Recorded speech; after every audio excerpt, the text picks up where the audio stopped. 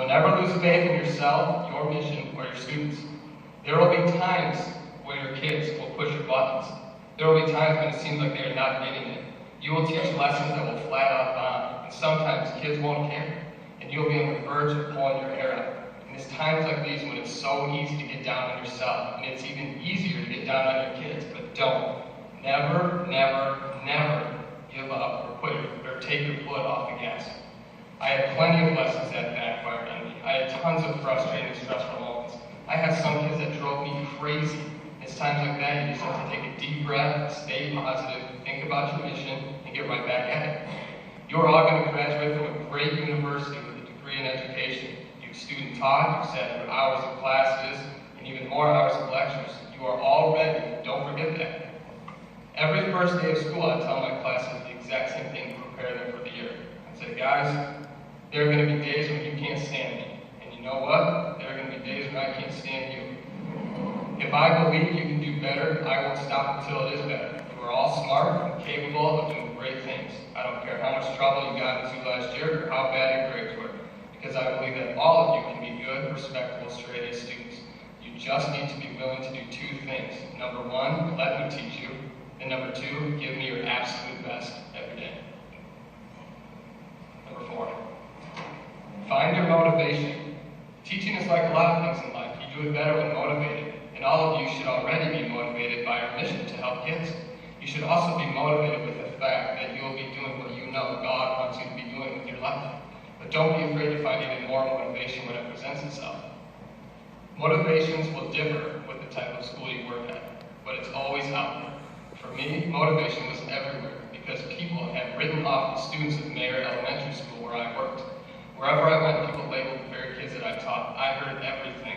White trash, poor, hillbilly, tweaker, dirty. Trust me, I heard it all about the very kids I was teaching. I would occasionally even run into teachers who had previously attempted to work at Mayer and had been eaten alive. And they would make comments like, oh my gosh, you poor thing, or man, I got out of there as soon as I could, or those kids are so worthless. I even had one teacher laugh when she found out I worked at Mayer, and she said, do you guys even have computers there? Do people in Mayer even know what those things are? I had doubters everywhere, and that just fueled my fire and motivated me even more to succeed every day. You see, if people can't do things themselves, they want to tell you that you can't do it. And many people today are terrified of what they don't know, so they immediately label things before they ever get to know them and understand them. My kids couldn't help the fact that they were born in the situations they were in. They couldn't help it that some of them were homeless or hungry or dirty. And if people would just give them the chance, they would learn to appreciate those kids for all the good qualities that they did have. Number 5, be an active role model in the school and also in the community. Do your best to live in the community that you teach in. At Mayer Elementary School, I was one of only 2 teachers who actually lived in the community of the entire school. Everyone else commuted from nicer areas outside of town. And I always thought, what better way to get to know my kids at a personal level than to live and experience the life they live every day. At first, this was shaky, of course. It was like living on Mars for a while. But then I started to get used to it, and I began to love it. I lived in the community, I taught in the community, I went to church in the community, I grocery shopped in the community, and everything else. It was my new home. I saw kids from school everywhere I went, and I loved it. I got to meet their families, see where they lived, and get to know them at a more personal level, and this proved to be very successful. The community took notice and embraced it as well, and I firmly believe that this gave me a large edge in the classroom. Living in the community also had a great effect on me in other ways as I began to see the world with different eyes. Before living there, I had only seen struggles like I was now surrounded by in movies and on TV. I found myself not taking anything for granted and being happy with what I had. I specifically remember one night I was at home eating gas station hot dogs for dinner for like the 3rd night in a row, and I thought to myself, man, I'm so lucky to have this dinner. I hope and I can only pray that all the kids in my class get to eat dinner tonight. Number 6, have fun and enjoy what you're doing. I know I spent the last 10 minutes telling you about how much work teaching is, but for as much work as it is equally as fun. Enjoy your teaching experience and just have a blast with it. Take pride when your kids learn things that you've taught them. If your class is doing well, get fired up with them. Get pumped and let them know it. Tell them how awesome they're doing. Get excited with them. And also take some time to feel good about yourself for what you're doing. Feel good knowing that all your hard work is paying off.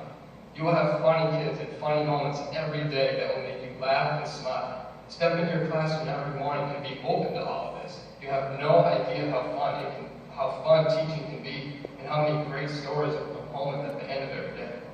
Don't stress yourself out when you don't need to. Realize that the school year is very long, and you have plenty of time to fix and critique things if a lesson or two doesn't work out the way you planned it. Deck out your classrooms, listen to music, have side conversations, joke around when you can. This shows you kids that you're human, not robots. Take it from me. I am now a high school athletic director and admissions associate. I coach. I teach one middle school math class a day, and I also coach varsity football, basketball, and soccer. Dr. Osbury said my basketball team even won the Arizona 2A state championship this year. I make a decent salary now. I live in a nice 3-bedroom, free house on campus with all my utilities paid for. And it sounds like a great job. But you know what? I miss teaching more than anything. I go home after school every day and I feel like something is missing. I still think about all my kids back at Manor all the time. And next year, I'm proud to say that I'm actually getting back into the classroom full-time at a nearby public school that's very similar to Manor where I started. And lastly, don't be afraid to dive in and take chances every now and then. And don't always play it safe. Step into the teaching world with your eyes open and your heart fired up. I had no idea what I was getting into at Manor Elementary School. But you know what? I had faith that God was leading me, and I had faith in myself that I was going to make it work. Teaching is what you make of it. Get excited for the opportunities that will open up to you over the next few weeks, and eagerly jump right in. Go out and make your little corner of this world a little corner of heaven, and not a little corner someplace else. Thank you.